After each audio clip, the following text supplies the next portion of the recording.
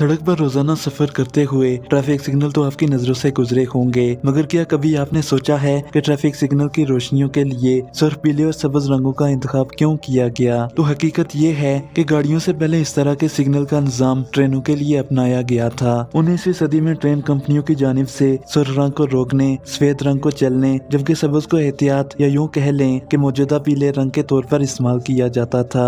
सुर्ख रंग चूंकि हमेशा से खतरे का इंदिया देता है और इसका दूर से देखना भी मुमकिन है, तो इसे रोकने के लिए इस्तेमाल किया गया। मगर ट्रेन ड्राइवर्स को सफेद रंग के बाइस मुश्किलात का सामना होता था, क्योंकि रात को सितारों की रोशनी का धोखा होता था, तो रंगों की तरतीब बदलने का फैसला हुआ। इसके बाद सब्ज रंग ने सफेद की जगह ली, जबकि सब्ज की जगह पीले रंग का इस्तेमाल किया जाने लगा। इसकी वजह यह थी कि पीला रंग दिगर दो से बिल्कुल मुख्तलिफ और रात को वाज़ेह तौर पर नजर आता है। 1865 में लंदन में घोड़ा गाड़ियों की तादाद में इजाफे के बाद एक railway manager John P night ने मकामी हुकाम से राब्ता करके रोड ट्रैफिक के लिए लाइट सिग्नल सिस्टम के इस्तेमाल की तजवीज पेश की। इस सिस्टम के तहत दिन में तो पुलिस एहलकार हाथों से ट्रैफिक को संभालते, जबकि रात को सुर्ख और सब्ज रंगों से ये काम लिया जाता। इस तजवीज को कबूल कर लिया गया और 10 दिसंबर 1868 को इन दो रंगों पर सिस्टम पर अमल दरामद चंद इलाकों में शुरू किया गया। मगर इब्तदाई कामयाबी के बाद यह सिस्टम ज्यादा अरसे तक चल नहीं सका, क्योंकि इस वक्त गैस लाइट्स को इस्तेमाल किया जाता था। तो एक बार गैस लीक होने से धमाका हो गया। इसके बाद 30 साल बाद अमेरिका में इस सिस्टम को दोबारा अपनाया गया